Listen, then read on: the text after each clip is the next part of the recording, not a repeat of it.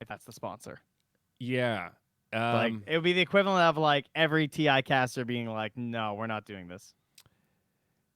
It's a pretty interesting concept. Like I'm trying to think about this in Dota because didn't we have a giant charity event that was sponsored by Saudi Arabian money? Was that didn't we have one not that long ago? Am I crazy? I know I didn't work it. Yeah, the Gamers Without Borders, right? I think that was it. Gamers Without Borders. I'm gonna Google it. I didn't come prepared.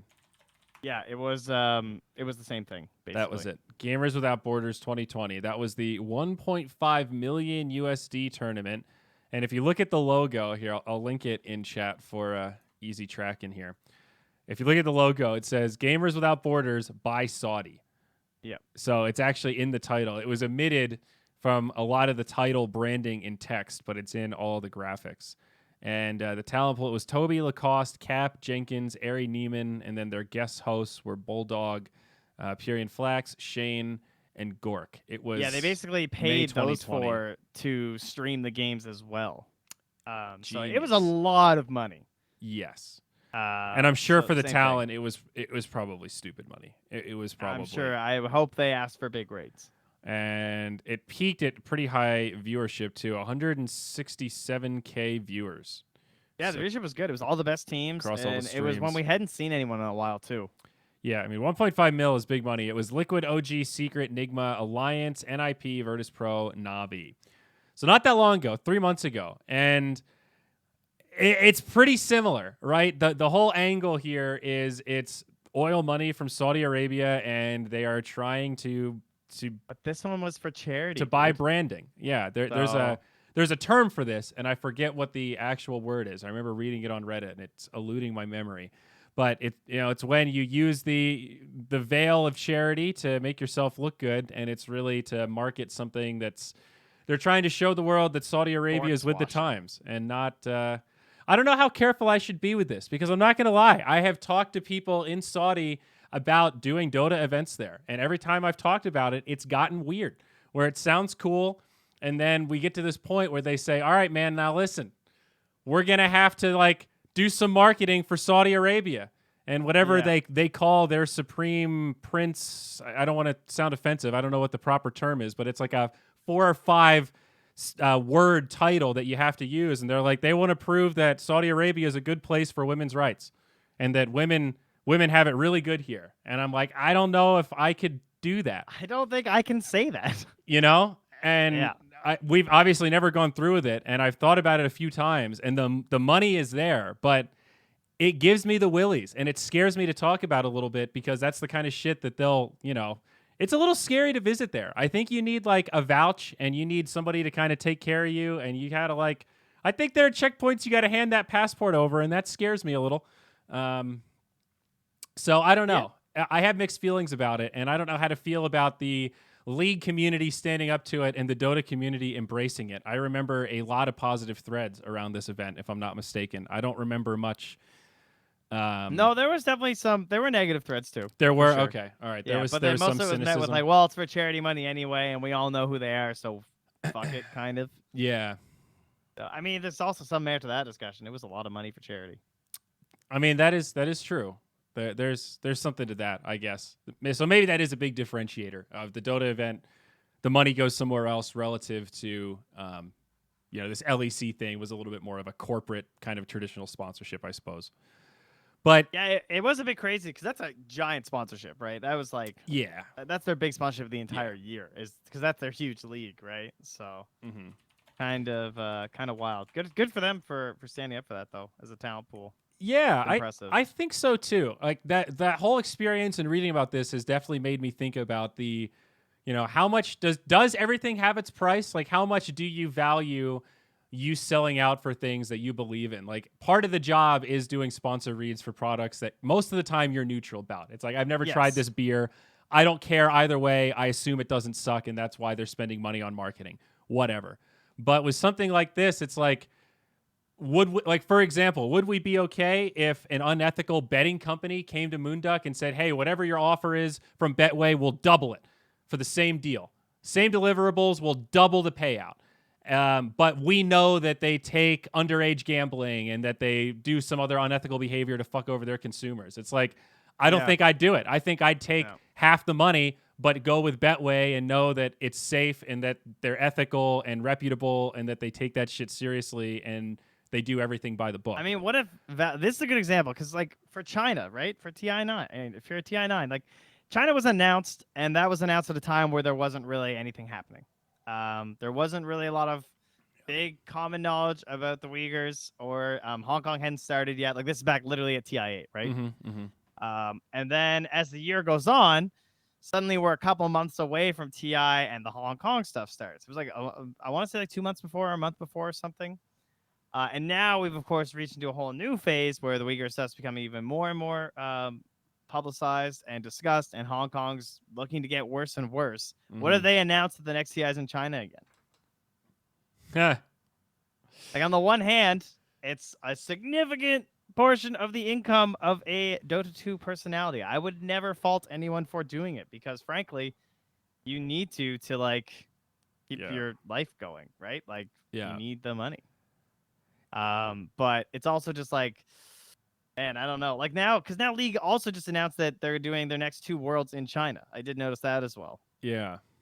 But I don't know. It is a very tough discussion. And all this stuff is getting more and more relevant with TikTok, right? There's now talk of banning TikTok, and it's kind of started in India where they banned like 100 apps that were from China that were doing things in terms of collecting data and spying on people that India didn't like, so they got rid of them. And then we're talking about banning TikTok in America. And now Microsoft is talking about buying TikTok as part of some scheme to, change the way it does stuff and keep it relevant in North America. It's kind of a mess. And it is really weird to try to decide as talent. It's like a personal choice as talent, right? Where do you draw the line of a lot of the work is you forcefully have to remain apolitical. And that's kind of part of the work to a degree, but that doesn't mean everything is apolitical. And, like I think the Saudi stuff is probably an example of stuff that feels like, this is political, unethical, and it's all in that realm. And I, knowing what I know, I don't really want to do this. I don't want to go there. I don't want to endorse this and have to sell out for it. That one's kind of easy at the same time too, because it's like just a flat out sponsorship. Whereas if you compare it to something like TI being in China, like there are millions of people in China that they don't have a choice as to what their life is, and they just want to enjoy Dota, and they're giant Dota fans too. They're just like me and you.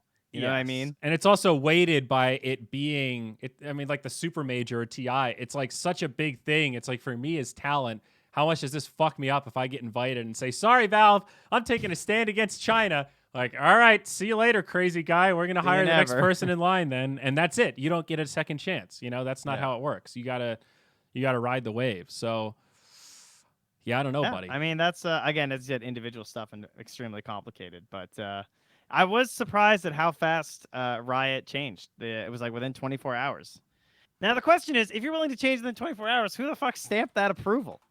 That's a fair question.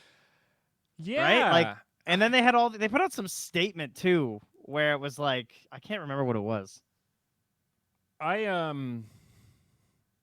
It's also somewhat relevant because Dota Pit was sponsored by TikTok. We didn't have to do any reads for it, but that logo popped up and it was on the shit.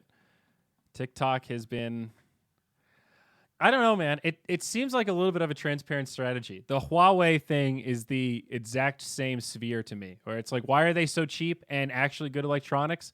It's the Google model. Hey, if we make email really good and free, then people are going to be okay giving us their data because our service works so well. Hey, if we give them a really good phone at a really good price point, everyone's going to want it and they're going to tell their friends, and these stupid fucking Americans are so capitalistic that they'll buy the cheapest thing that they can find, and then we'll take all of their data through the back door. It's a very simple strategy. They're just looking for mass adoption because they're not trying to make profit on the phones. They're profiting off of the data going to the Chinese government. That freaks me out a little bit. I don't know how much of that gets into conspiracy theory. Relationship with Huawei. It's actually kind of funny. They were in our good graces because they sponsored Hockey Night in Canada, and then we had some problems with one of their execs trying to leave the country. Oh yeah, I think I saw a headline about that. Oh yeah, that shit's still going on. Wow, that's nutso. Yep. Can you buy? Are Huawei phones banned in North America? Can you even buy them anymore? I don't think you can. God, I can't remember. I feel so out of it. I've had an iPhone for so long that I don't even know. I'm pretty sure you can still buy them. They're trying to extradite here to the U.S. Because we have the CFO right now.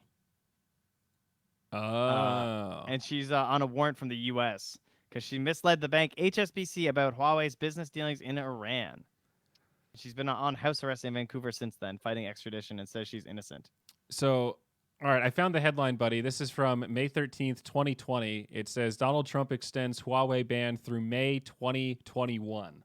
So he did issue an executive order banning U.S. companies from working with or buying telecommunications equipment from companies deemed a national security risk until May 2021. And Huawei was on that list with a bunch of other Chinese companies. Now, this is interesting because I don't really know exactly what executive orders are in America, because they're like these things that presidents can do that circumvent I don't know what they are either. the whole process. But it's not like a law or like a real thing. It's kind of just like an emergency presidential decree of everyone, executive order, this shit's really important. It's kind of like a presidential memo. He's sending a memo to the whole country. And I don't know that, like, what happens if you break the executive order? I'm not sure. I don't know that it's really that enforceable. Is he gonna call you up? I'm gonna Google it. What is an executive order? I'm curious what the actual definition is, because I've been struggling to understand how it works. Because that's one of those things that Trump gave Obama a lot of shit for, was that he used executive orders to do stuff, and now Trump has used them to do all this ridiculous shit. It means issuing federal directives in the United States by the President of the United States that manages operations of the federal government. Okay, so yeah, I think it's a federal directive, Trent. It's kind of like hey guys, I just tweeted something, so you should read it. Okay, cool. Welcome to America, buddy. So what else was on my list here?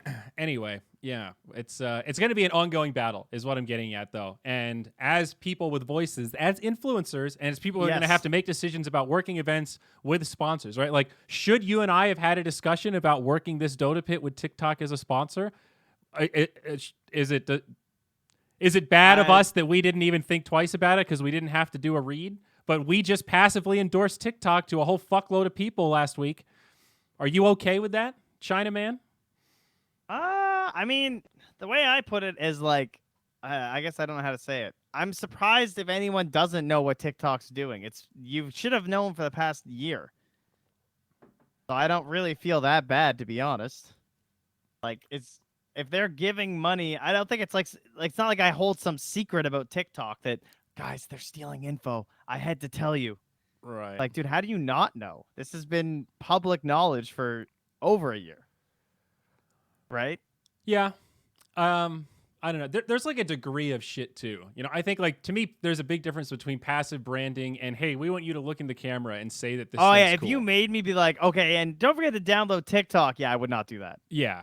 So I would give a big fat no to that. I kind of agree. I think there is a line there, and maybe that's somewhat arbitrary from an audience perspective, but I definitely see a difference there from my broadcast voice, because it's not my event. You know, if something comes out and for whatever reason that sponsorship becomes a PR liability, as a contractor, you can pretty easily pass the buck to, yeah, I just did whatever they told me. I don't know. That's not my shit.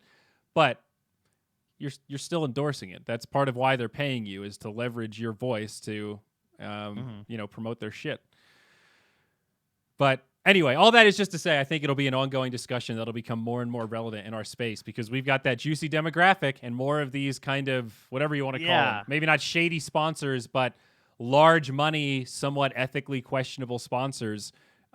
It's going to be tempting, right? It's interesting how money can't actually buy you anything, or like it could not buy that sponsorship of LEC. Yes. Yeah. I don't think there's a big enough amount. It's like, it's just not worth it. It's going to ruin our whole league. We need our talent. And it is the power of unionizing. Dota, take note. The power of banding together, right? That is one of the cool things about what we saw at LEC. If actually all of the talent come together and put their foot down and say, hey, this is a demand for us, you actually have a pretty good amount of leverage. They can't do the show without you. It is true. And that could happen in Dota too. So you never know.